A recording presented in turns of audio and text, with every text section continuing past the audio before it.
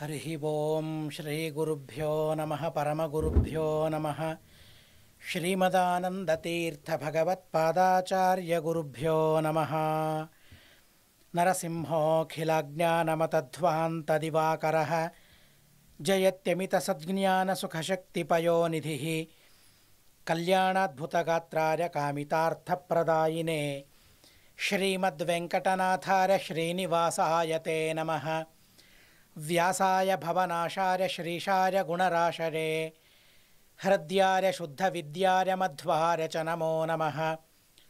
नौमिन्याय सुधादिकर्जरमुनीन् श्रीपादरट्सन्मणीन् व्यासार्यान् विविधागमब्धिविहरान् श्रीवादिराजानपि वन्दे हंसवरान् रघुत्तमगुरून् वैदग्ध्यवारहं निधीन् श्रीसत्यव्रतराघवेन्द्रमुनिपान् सद्बोधसध्यानपान् सत्याभिज्ञकराब्जोत्थान् पञ्चाशद्वर्षपूजकान् सत्यप्रमोदतीर्थार्यान् नौमिन्यारसुधारतान् शास्त्रेषु पारदृश्वानं शास्त्रज्ञेषु च वत्सलं दीनभक्तोद्धारकरं सत्यात्मानं गुरुं भजे। विद्यापीठविधातारं विद्यावारिधिचन्दिरं विद्यार्थिवत्सलं वन्दे महामहिमसद्गुरुम्। ఏకాదశ్యై నమః హరిః ఓం స్వస్త్యస్తు। ఏకాదశి గురించి మనం వింటూ ఉన్నాం. ఏకాదశి రోజు నిరాహారం ఎలా చేయాలి, ఉపవాసం ఎలా ఉండాలి, ఏకాదశి అంటే ఏంటి, ఏకాదశి ఉపవాసం చేయడం వల్ల కలిగే లాభాలు, ఏకాదశి ఉపవాసం చేయకపోతే కలిగే అనర్థాలు, వాటినన్నిటినీ కూడా క్రమంగా పురాణ ప్రమాణాలతో సహా మనం వింటూ ఉన్నాం. ప్రస్తుతం ఆ ఏకాదశి రోజు దినత్రయ వ్రతం, ఇది 3 రోజులు చేయాల్సిన వ్రతం. ఇది ఆ 3 రోజులు చేయాల్సిన ఈ వ్రతంలో సంకల్పం ఎలా ఉండాలి, ఏమని సంకల్పం చేసుకోవాలి, సంకల్పం లేకుండా అసలు ఏ పని కూడా మనం చేయకూడదు. మనం అనుకుంటాం కదండి, ఏ చిన్న పని చేయాలన్నా ఈ పని చేయాలి అని మనసులో అనుకుంటాం. మాట వరసకు అనకపోయినా కూడా మనసులో అనుకుంటాం. ఎన్నోసార్లు మాటల్లో కూడా మనం అనుకుంటాం. భార్యకు చెప్పడం, భార్య భర్తకు చెప్పడం, పిల్లలకి చెప్పడం, ఈ 3 రోజులు ఇక్కడికి వెళదాం, ఇలా ఎన్నెన్నో మనం సంకల్పాలను చేస్తూ ఉంటాం. అలాగే ధార్మికమైన కర్మలను మనం ఆచరిస్తూ ఉన్నప్పుడు కూడా సంకల్పం చేసుకోవాలి. ఎందుకని సంకల్పం అవసరము అంటే శాస్త్రంలో చెప్పబడింది, సంకల్ప కర్మ పావనః అని చెప్పబడింది. ఏ పనైనా మనం చేస్తూ ఉంటే, సంధ్యావందనం కావచ్చు, స్నానం కావచ్చు, మరే పనైనా కావచ్చు, సత్కర్మ కావచ్చు, మనం సంకల్పం చేసుకుంటే ఆ కర్మ పవిత్రమవుతుందట. కర్మను పవిత్రం చేయగల సామర్థ్యం సంకల్పానికి ఉంది. కల్ప అంటే సమర్థం అని అర్థం. సంకల్ప మరింత సామర్థ్యాన్ని సంపాదించుకుంటుంది కర్మ. దేనివల్ల? సంకల్పం చేసుకోవడం వల్ల. కర్మకు పావిత్ర్యాన్ని సంపాదించి పెట్టేదే సంకల్పం. అపవిత్రమైన కర్మ వల్ల మంచి ఫలితాన్ని రాబట్టుకోగలమా? లేదు. కనుక మంచి ఫలితాన్ని రాబట్టుకోవాలంటే సంకల్పపూర్వకంగా ఏ పనైనా మనం చేయాలి. అందుకోసం ఏకాదశి వ్రతం, త్రిదినోపవాసం మనం చేస్తూ ఉన్నాం. ఆ సందర్భంలో ఈ సంకల్పాన్ని మనం చేసుకోవాలి. ఆ సంకల్పం ఏంటో పంచాంగంలో ప్రతిసారి కూడా ఇచ్చి ఉంటారు. అయినా కూడా ఆ సంకల్పం ఎలాంటిదో నేను చెబుతాను. దశమీ దివసే ప్రాప్తే వ్రతస్థోహం జనార్దన త్రిదినం దేవదేవేశ నిర్విఘ్నం కురు కేశవ ఏకాదశ్యాం నిరాహారః స్థిత్వాహమపరేహని భోక్ష్యామి పుండరీకాక్ష శరణం మే భవాచ్యుత అజ్ఞానతిమిరాంధస్య వ్రతేనానేన కేశవ ప్రసన్న సుముఖో భూత్వా జ్ఞానదృష్టిప్రదో భవ. 3 దినాలు కాబట్టి 3 శ్లోకాలలో ఆ సంకల్పాన్ని చెప్పారేమో అనిపిస్తుంది. దాని అర్థాన్ని మనం తెలుసుకుందాం. దశమీ దివసే ప్రాప్తే వ్రతస్థోహం జనార్దన. ఎవరి గురించి మనం ఈ ఉపవాసాన్ని, 3 దిన వ్రతాన్ని చేస్తూ ఉన్నాం? ఆ జ్ఞానం ఉండి తీరాలి. ఎవరి గురించో కాదు, లేక నా డయట్ కాదు ఇది, నా శరీరాని కోసం కాదు, నా కోసం కాదు. కనుక ఎవరి కోసం ఈ వ్రతం, దాన్ని మొదలు తేల్చుకోవాలి. కనుక ఈ శ్లోకంలో చెబుతూ ఉన్నారు జనార్దనుని కోసం ఈ త్రిదినోపవాసం, భగవంతుని కోసం, విష్ణువు కోసం ఈ త్రిదినోపవాసం అనే భావన మాకుండాలి. కనుక దశమీ దివసే ప్రాప్తే, దశమి రోజు సంప్రాప్తమైనప్పుడు నేను ఈ వ్రతాన్ని ప్రారంభిస్తాను, వ్రతస్థ, ఈ వ్రతాన్ని పరిపాలిస్తాను అని జనార్దనునికి సంబోధించి మనం చెప్పుకోవాలి. త్రిదినం 3 రోజుల ఈ వ్రతాన్ని నేను పరిపాలిస్తాను. ఎవరు నువ్వు? దేవదేవేశుడు నువ్వు. కనుక నీ కోసం, నీ ప్రీతి కోసం, నీ ప్రేమను సంపాదించడం కోసం, నీ కారుణ్యాన్ని, నీ అనుగ్రహాన్ని, నీ ప్రసాదాన్ని సంపాదించడం కోసం నేను ఈ వ్రతాన్ని చేస్తూ ఉన్నాను. భగవన్ కేశవ, రెండు పేర్లున్నాయి. జనార్దన అని సంబోధించారు, కేశవ అని సంబోధిస్తూ ఉన్నారు. ఎందుకని? తను దేవదేవేశుడు కాబట్టి జనార్దన, కేశవ. హిరణ్యగర్భ ప్రోక్త ఈశశంకర ఉచ్యతే, సృష్ట్యాదినా వర్తయతి తౌ యతః కేశవో భవాన్ అని కేశవ అనే పదానికి అర్థం చెప్పబడింది. హరివంశంలో చివరికి రుద్రదేవుల వారు భగవంతునికి కేశవాని ఎందుకు పిలుస్తారనే ఈ అర్థాన్ని చెప్పారు రుద్రదేవుల వారు. క అంటే బ్రహ్మదేవుల వారు, ఈశ అంటే రుద్రదేవుల వారు. వారిని సృష్టించి వారిని ప్రవర్తిస్తాడు కాబట్టి భగవంతునికి, విష్ణువుకు కేశవ, క ఈశ వ అంటే వర్తయతి, వారి ప్రవర్తన. ఎవరి ప్రవర్తన? క బ్రహ్మదేవుల వారు, ఈశ రుద్రదేవుల వారు. వారి ప్రవర్తన ఎవరి వల్ల అవుతుందో తను కేశవుడు, విష్ణువు అని అర్థం. అలాంటి విష్ణువును మనం స్మరించుకుంటూ 3 రోజుల ఈ వ్రతాన్ని నేను చేపడుతూ ఉన్నాను. నిర్విఘ్నం కురు, ఏ విధమైన విఘ్నాలు, ఆటంకాలు రాకుండా నువ్వే అనుగ్రహించాలని మొట్టమొదట భగవంతుణ్ణి మనం ప్రార్థించాలి. త్రిదినోపవాసం చేస్తూ ఉన్నప్పుడు, ఏకాదశి వ్రతం చేస్తూ ఉన్నప్పుడు. దశమి రోజు యద్యపి సాయంకాలం భోజనం చేయకూడదు. ఆ విషయాలన్నీ ఇక్కడ ముందు స్పష్టపరుస్తాను నేను. అయినా కూడా ఎవరికి అలాంటి సామర్థ్యం లేదో అలాంటి వారు ఫలాహారం లేదా భోజనం కూడా సాయంకాలం చేయవచ్చు. కానీ అల్పమైన ఫలం లభిస్తుందనే విషయాన్ని మాత్రం మనం గుర్తించుకోవాలి. సరే, ఈ ద్వాదశి రోజు కూడా అంతే, ఉదయం భోజనం చేస్తే అయిపోయింది. ఇక ఇలాంటి త్రిదిన వ్రతాన్ని నేను చేస్తూ ఉన్నాను. దీనికి ఎన్నో విఘ్నాలు, ఎన్నో ఆటంకాలు కలుగుతాయి. కనుక ఆ ఆటంకాలనన్నిటినీ, విఘ్నాలనన్నిటినీ పరిహరించి ఈ ధర్మ సంపాదన నా వల్ల అయ్యేలా నువ్వు చూసుకో స్వామి. నా వల్ల సాధ్యం కాదది, చేసే ప్రయత్నం నేను చేస్తాను. కానీ విఘ్నాలు ఎదురైతే మనసు ఊరుకుంటుందా? నా మనసుకు అలాంటి తాహతు లేదు. నా మనసుకు అలాంటి సామర్థ్యాన్ని ఇవ్వమని వేడుకోవాలి. ఆ విఘ్నాలను ఎదుర్కోగల, ఆ విఘ్నాలను అతిక్రమించగల సామర్థ్యం నాకు రావాలి. అలాంటి సామర్థ్యం నాకు రావాలంటే నువ్వే ఆ సామర్థ్యాన్ని ఇవ్వాలి. బ్రహ్మ, ఈశ, రుద్రదేవుల వారి ప్రవర్తన ఎవరి వల్ల అవుతుందో అలాంటి వాడివి కదా నువ్వు. బ్రహ్మ రుద్రాదులనే నియమించే సామర్థ్యం కలవాడివి నువ్వు. నన్ను నియంత్రించడం అసాధ్యమా నీకు? కనుక నన్ను కూడా నువ్వు నియంత్రించమని, నా మనసును కూడా నువ్వు నియంత్రించమని, నా భావనలను, నా ఆలోచనలను కూడా నువ్వే నియంత్రించమని భగవంతుని చిత్రంగా ప్రార్థించడం ఎంత అద్భుతమైనదో చూడండి. ఇలా బాధ్యతనంతా భగవంతుని పైన వేసి మనం ప్రయత్నిస్తే ఇక ఆ ప్రయత్నం సజావుగా నిర్విఘ్నంగా పరిసమాప్తమవుతుంది.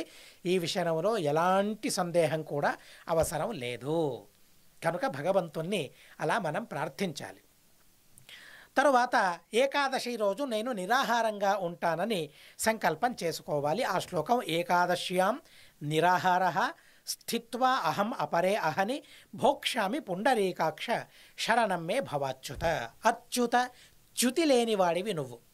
కనుక ఏకాదశి నుండి చ్యుతి నాకు కలగకుండా చూసుకోవడం నీ బాధ్యత, ప్రయత్నం చేయడం నా బాధ్యత, నా సంకల్పాన్ని సంరక్షించడం నీ బాధ్యత.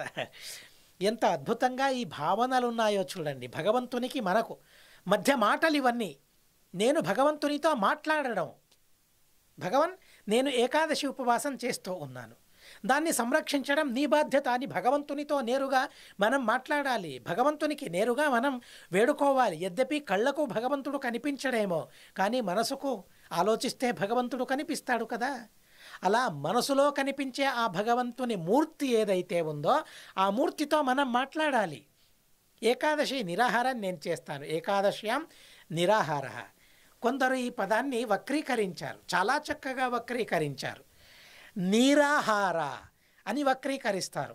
నీరు మరియు ఆహారం తీసుకుంటానని సంకల్పంలో చెప్పుకుంటారు. చెప్పుకోవడం మాత్రమే కాదు, అలా నీరును ఆహారాన్ని స్వీకరించి నేను నిరాహారం చేశానని గొప్పలు చెప్పుకుంటూ ఉంటారు. కానీ అవి గొప్పలు కాదు, గొప్ప తప్పులు అవన్నీ కూడా. నీరాహారం కాదండో ఆ పదం, నిరాహార. ఆహార అంటే ఆహారం లేకుండా ఉండటం, ఆహారాన్ని పరిత్యజించడం. ఏ విధమైన ఆహారాన్ని కూడా స్వీకరించకూడదు. సంధ్యావందనం చేయడానికి ఆచమనం తప్ప, తీర్థం తప్ప, ఒకసారి తీర్థం తప్ప మరి దేన్ని, ఏ ఆహారాన్ని ఆ రోజు తీసుకోకూడదు. అలా నిరాహారంగా నేనుంటానని సంకల్పం చేసుకోవాలి. స్థిత్వ ఏకాదశి రోజు నిరాహారంగా ఉండి ఏ విధమైన ఆహారాన్ని కూడా నేను స్వీకరించకుండా, అపరేహని మరుసటి రోజు ద్వాదశి రోజు నేను భోక్షామి పారణ చేస్తాను అని మనం సంకల్పించుకోవాలి. పుండరీకాక్ష, నీ కళ్ళు ఎలా ఉన్నాయి, భగవంతుణ్ణి ఎలా ప్రార్థిస్తూ ఉన్నారు, భగవంత నేను చేసే ఈ వ్రతాన్ని నువ్వు చూస్తావా, చూడగలవా, నువ్వెక్కడున్నావో నాకు తెలియదే. అలాంటి సందర్భంలో నీ గురించి నీ ప్రేమను సంపాదించుకోవడం కోసం ఏకాదశి ఉపవాసం చేయడం, నిరాహారం చేయడం నాకేంటి అవసరం? ప్రతి ఒక్కరూ అలా అనుకుంటూ ఉంటారు. నేను చేసే మంచి పనిని పదుగురు చూడాలి, వాళ్ళు చూస్తూ ఉన్నప్పుడే మంచి పనిని మనం చేస్తాం. ఎవరు చూడనప్పుడు ఎవరైనా మంచి పని చేస్తారా? అలా చేస్తే తను నిజమైన భక్తుడు. మరొకరు చూడాలని కోరుకోకూడదు. చూపించడం కోసం ధర్మం కాదు, మన కోసం ధర్మం, మా లబ్ధి కోసం ధర్మం, పుణ్యలబ్ధి కోసం ధర్మం. మరొకరి చూడ్డానికి ధర్మం అయితే అదే ఫలితం. వాళ్ళు చూస్తారు, వాళ్ళు పొగుడుతారు, అదే ఫలం. దానివల్ల పుణ్యం దొరకదు. కానీ నేను చేసిన ప్రతి పనిని భగవంతుడు చూడాలని కోరుకోవాలి. భగవంతుడే చూడకపోతే ఇక ఆ కర్మ ఎలా పవిత్రమవుతుంది? నేను చేసే పనిని భగవంతుడు చూస్తేనే ఆ కర్మ పవిత్రమవుతుంది, ఆ కర్మ ఫలప్రదమవుతుంది. కనుక ఏకాదశి ఉపవాసం నేను చేశాను, ద్వాదశి రోజు పారణ చేశాను, ఆ సత్కర్మను నువ్వు చూస్తావా అంటే ఎంత చక్కగా అక్కడ భగవంతునికి విశేషణమిచ్చారో. పుండరీకాక్ష, చూడ్డమేంటి? మూసిన కళ్ళతో చూడ్డం కాదు, మూసిన కళ్ళతో చూడ్డం కాదు, భగవంతుడు కళ్ళు తెరిచి చూస్తాడట. ఆ భగవంతుని కళ్ళు ఎలా ఉంటాయంటే మేము చేసిన కర్మలను చూసేటప్పుడు పుండరీకాక్ష, వికసితమైన కళ్ళతో భగవంతుడు చూస్తాడట. అంటే మేము ఎంత చిన్న పని చేసినా, ఎంత ధర్మం చూసినా భగవంతుడు సంతోషంతో మా పనిని చూస్తాడట, మా సత్కర్మను గమనిస్తాడట భగవంతుడు. అలా భగవంతుడు ఆనందంగా మా పనిని, మా సత్కర్మను గమనిస్తాడని చెప్పేందుకు పుండరీకాక్ష అనే పదాన్ని ప్రయోగించారు ఇక్కడ.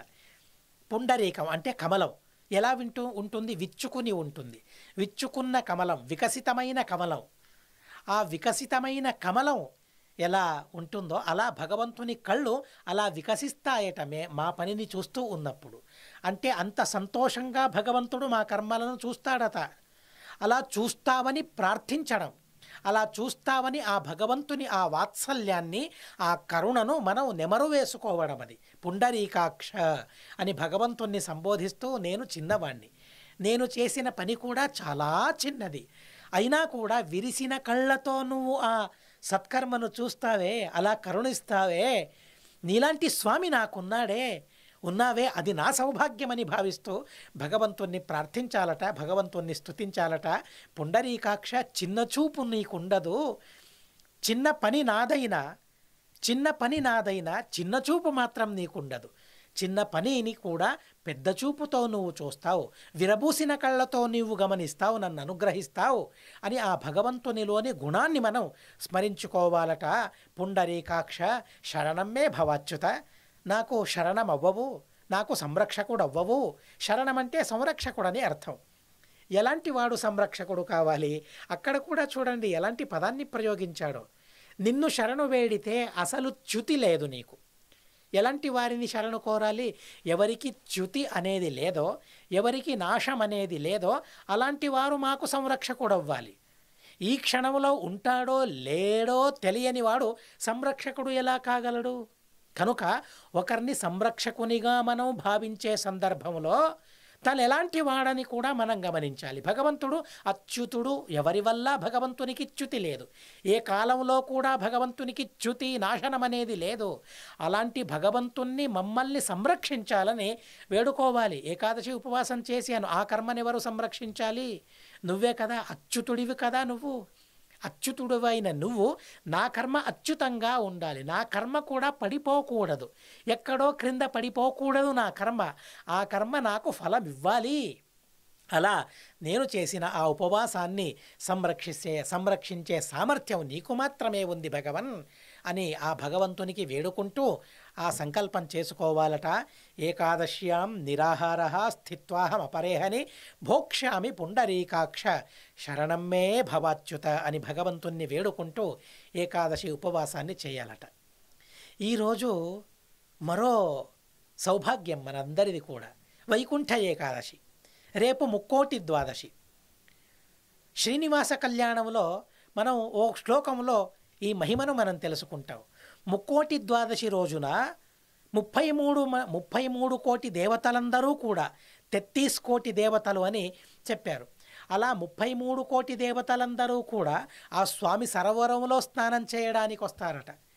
స్నానం చేసి ఆ పావిత్ర్యాన్ని సంపాదించుకుని శ్రీనివాస దేవుణ్ణి సందర్శించుకుని ఏకాదశి రోజు వైకుంఠ ఏకాదశి, దీన్ని బహుశా పుత్రదా ఏకాదశి అని కూడా పిలుస్తారని నేను అనుకుంటాను. అలా ఈ వైకుంఠ ఏకాదశి అనేది ఏదైతే ఉందో, ఈ వైకుంఠ ఏకాదశి రోజు, వైకుంఠ ఏకాదశి అంటే ఏంటి? వికుంఠాదేవిలో జనించిన భగవంతుని రూపం వైకుంఠం. వైకుంఠ భగవంతుని పేరు, అది వైకుంఠ అంటే. ఆ వైకుంఠ అనే పేరు ఆ లోకానికి కూడా ఉంది. భగవంతుని లోకానికి కూడా వైకుంఠ అని ఆ లోకానికి కూడా పేరుంది. వికుంఠాదేవిలో తను జనించాడు కాబట్టి భగవంతుడు వైకుంఠుడు. అలాంటి వైకుంఠుని రోజుది. వైకుంఠాన్ని అనుగ్రహిస్తాడు భగవంతుడు, పరమ పదవిని మాకు ప్రదానం చేస్తాడు భగవంతుడు. అలాంటి భగవంతుని గురించి మేము చేసే ఉపవాసం, అలాంటి భగవంతుని రోజు కాబట్టి ఈ ఏకాదశి రోజును వైకుంఠ ఏకాదశి అని పిలిచారు. ముక్కోటి దేవతలందరూ కూడా స్వామి సరోవరంలో, స్వామి పుష్కరిణిలో స్నానం చేయడానికని వస్తారు కాబట్టి ధనుర్మాసంలోని ఈ శుక్లపక్షంలోని ఏకాదశి రోజులో స్నానం చేయడానికి వస్తారు కాబట్టి ఆ రోజును ముక్కోటి ఏకాదశిగా అభివర్ణించారు మహానుభావులందరూ కూడా. అలాంటి పరమ పవిత్రమైన రోజు ఇది. మేము తిరుమలకు వెళ్ళామా? వెళ్ళిన వారు మహాసౌభాగ్యవంతులే, ఆ విషయంలో సందేహం లేదు. భగవంతుణ్ణి సందర్శించుకున్నవారు వైకుంఠ ద్వారంలోనికి వెళ్ళి భగవంతుణ్ణి సందర్శించుకున్న ఆ సౌభాగ్యవంతుల వాళ్ళందరూ కూడా. కానీ ఎందరికో ఆ సౌభాగ్యం లేదు. ఏ ఊర్లో మేము ఉన్నామో, మహానుభావుల చేత ప్రతిష్టాపితమైన ఆ భగవంతుని మూర్తులు, భగవంతుని ప్రతిమలు ఉన్నాయో, ఆ ప్రతిమల సందర్శనం చేసుకుని మేము కూడా పావిత్ర్యాన్ని సంపాదించుకోవాలి ఈరోజు. అలాంటి అత్యద్భుతమైన రోజు.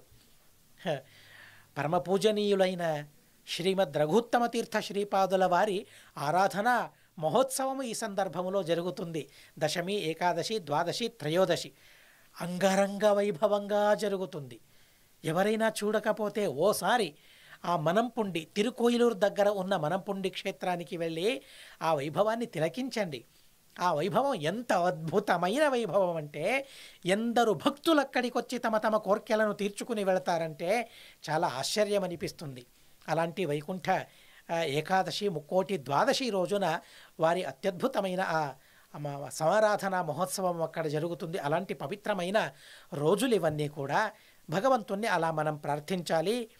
ఆ తరువాత అజ్ఞానతిమిరాంధస్య వ్రతేనానేన కేశవ ప్రసన్న సుముఖో భూత్వా జ్ఞానదృష్టి ప్రదోభవ. సంకల్పం చేసుకున్న తర్వాత ప్రార్థన చేయాలంటే భగవంతునికి.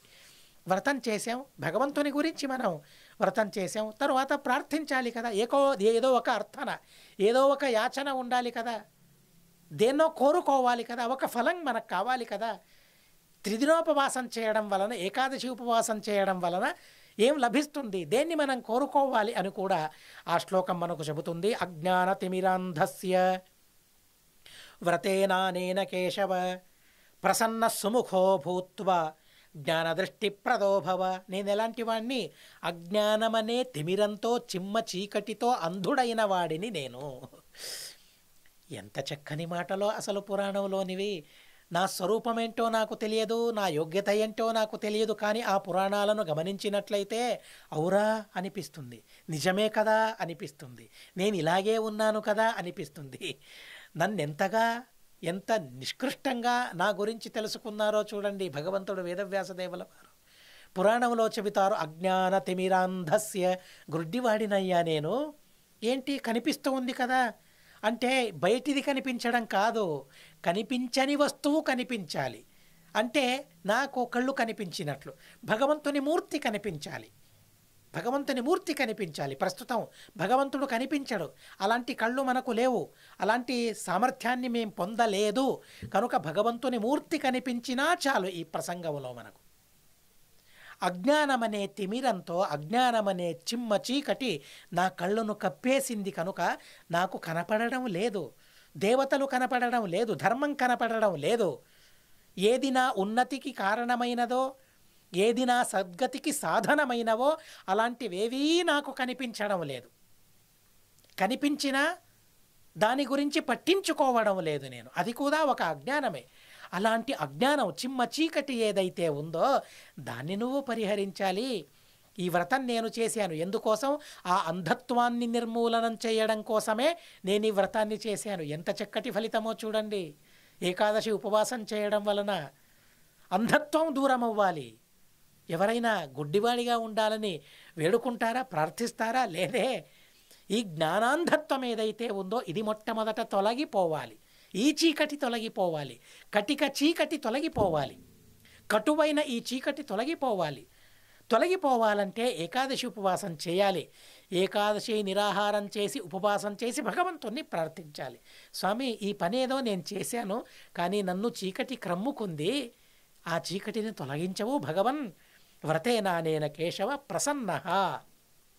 నువ్వు ప్రసన్నుడవ్వాలి, నువ్వు సుముఖుడవ్వాలి, నన్ను చూడాలి, నన్ను చూసి జ్ఞానదృష్టిని నాకు ప్రదానం చేయాలి. ఇదే నా కొరిగే లాభం, ఇదే నాతో ఉండే లాభం, ఎల్లప్పుడూ నన్ను సంరక్షించే లాభం ఇదే. కనుక నాకు ఆ కళ్ళనిచ్చి, నిన్ను చూసే కళ్ళను నాకిచ్చి, ధర్మాన్ని చూసే కళ్ళను నాకిచ్చి నన్ను అనుగ్రహించాలని భగవంతుణ్ణి ప్రార్థించాలట. ఇలా ఈ 3 శ్లోకాలను చదువుకుని అర్థానుసంధానం చేసుకుని త్రిదినోపవాసాన్ని ఆచరించాలనే అత్యద్భుతమైన విషయాన్ని ఇక్కడ చెబుతూ ఉన్నారు. మరో విషయాన్ని ఈ సందర్భంలో మనం వినాలి. రుద్రదేవుల వారు వైష్ణవాగ్రేసరులు, ఆ విషయంలో సర్వథా సందేహం అనేది లేదు. ఈ విషయాన్ని కాస్త సూక్ష్మంగా మీరందరూ కూడా తెలుసుకోవాలి. ఇది ద్వేషం కాదు, అసూయ కానే కాదు, సర్వథా కాదు.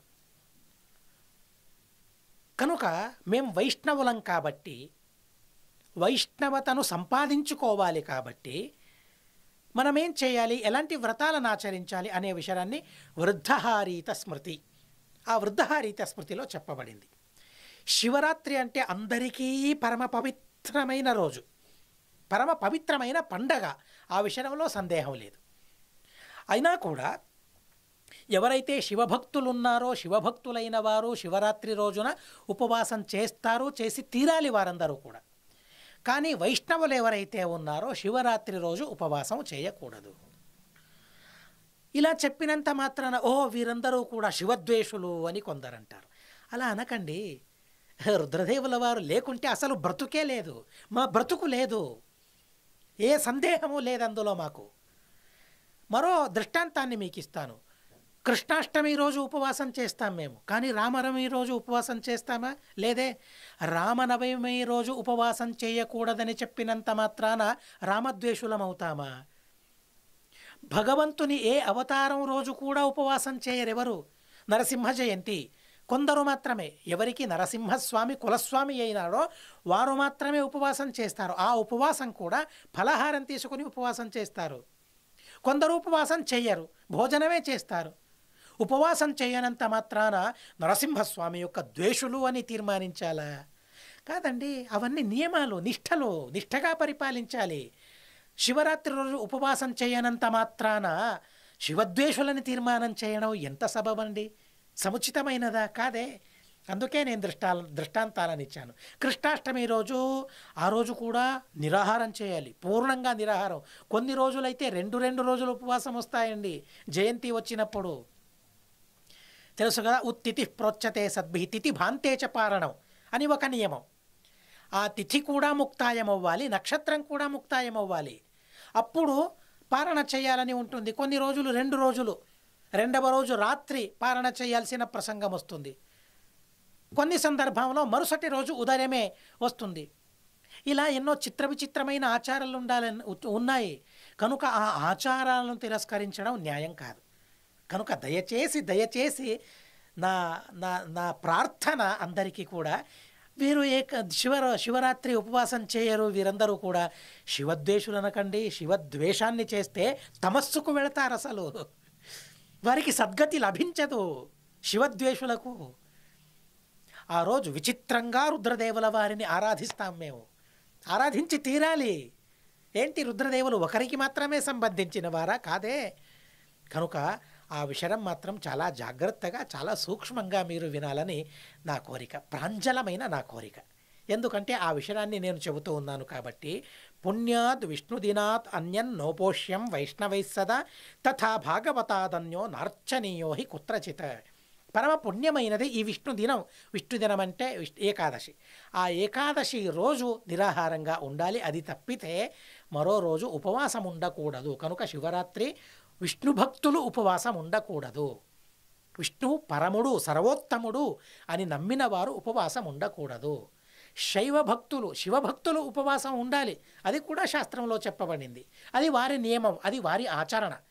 ఆ రోజు వైష్ణవులందరూ కూడా రుద్రదేవుల వారిని విశేషంగా ఆరాధించి, జ్ఞానివరేణ్యులు ప్రతిష్టాపితం చేసిన ఆ రుద్రలింగాలను దర్శనం చేసుకుని, రుద్రదేవుల వారిని దర్శనం చేసుకుని, ఆ రోజు నమక చమకాలను పారాయణం చేసి, రుద్రదేవుల వారిని స్తుతించే స్తోత్రాలను పారాయణం చేసి, ఆ రోజు మొత్తం రుద్రదేవుల వారి ఆరాధనతో గడిచిపోవాలి. అలా రుద్రదేవుల వారిని ఆరాధించాలి. కానీ వైష్ణవులైన వారు శివరాత్రి రోజు ఉపవాసం ఉండకూడదు, నిరాహారం చేయకూడదనే విషయాన్ని వృద్ధహారీత స్మృతిలో చెప్పారు. కనుక ఆ విషయాన్ని మనం గుర్తుంచుకోవాలి. ఇక ఆ శివరాత్రి కూడా, పరమ పవిత్రమైన శివరాత్రి కూడా వస్తూ ఉంది కాబట్టి ఆ విషయాన్ని చెప్పాల్సిన పరిస్థితి నాకు కలిగింది. విశేషంగా ఈ హరిదినం రోజు అంటే ఏకాదశి రోజు మనం ఉపవాసాన్ని చేసి ఆ భగవంతుని ప్రేమను సంపాదించుకోవాలనే విషయాన్ని చాలా చక్కగా ఈ సంకల్పంలో చెప్పారు. మరిన్ని విషయాలు ఉన్నాయి, ఎన్నెన్నో విషయాలు ఉన్నాయి. క్రమంగా వాటిని తెలుసుకుందాం. అలాగే ఒక్కొక్క ఏకాదశి గురించిన గాథలు కూడా చెప్పబడ్డాయి. కనుక ఆ కథలన్నిటినీ ఎంతవరకు సాధ్యమో అంతవరకు విస్తారంగా, ఏకాదశి గురించిన మాటలు, అపురూపమైన మాటలు ఎన్నెన్నున్నాయో వాటినన్నిటినీ సంకలనం చేయాలని, వాటినన్నిటినీ చెప్పాలని, తద్వారా నేను కూడా ఆ ఏకాదశి పైన భక్తిని పెంపొందించుకోవాలి. భగవంతుని పైన భక్తుని నేను కూడా పెంపొందించుకోవాలి. నేను కూడా మీలాగే సాధకున్నే. ఏదో చెబుతూ ఉన్నానని నేను పెద్దవాడినని నాకు అనిపించడం లేదు. కనుక నేను కూడా సాధకున్నే కాబట్టి నేను సంగ్రహం చేస్తాను, నా కోసం సంగ్రహం చేస్తాను. మీకోసం కూడా ఆ విషయాలను నేను చెబుతాను వివరంగా, చాలా వివరంగా. ఆ ఏకాదశిని గురించి ఎంత సాధ్యమో, నా మటుకు, నా సామర్థ్యం మటుకు నాకెంతవరకు సాధ్యమవుతుందో అన్ని విషయాలను సేకరించాలని, వాటిని మీతో పంచుకోవాలనే ఉద్దేశం నాకుంది. ఆ ఉద్దేశాన్ని హరివాయు గురువులు నెరవేర్చాలని ఈ సందర్భంలో వైకుంఠ ఏకాదశి, ముక్కోటి ద్వాదశి, రఘుత్తమ తీర్థ శ్రీపాదుల వారి ఆరాధన సందర్భంలో ఆ భగవంతుణ్ణి ప్రార్థిస్తూ అస్మద్గురువంతర్గత తాత్విక దేవతాంతర్గత భారతీరమణ ముఖ్య ప్రాణాంతర్గత శ్రీకృష్ణార్పణమస్తు. అక్షరం కర్మ రస్మిన్ పరే స్వర్పితం ప్రక్షరం యాంతి దుఃఖాని యన్నామతః అక్షరో యో అజర సర్వదేవామృతః కుక్షిగం యస్య విశ్వం సదా అజాదికం ప్రణరామో వాసుదేవం దేవతామండలాఖండమండనం. హరి ఓం హరి ఓం హరి ఓం. అనేన భావియత్ పుణ్యం అవాప్నోతు గురుర్మమ.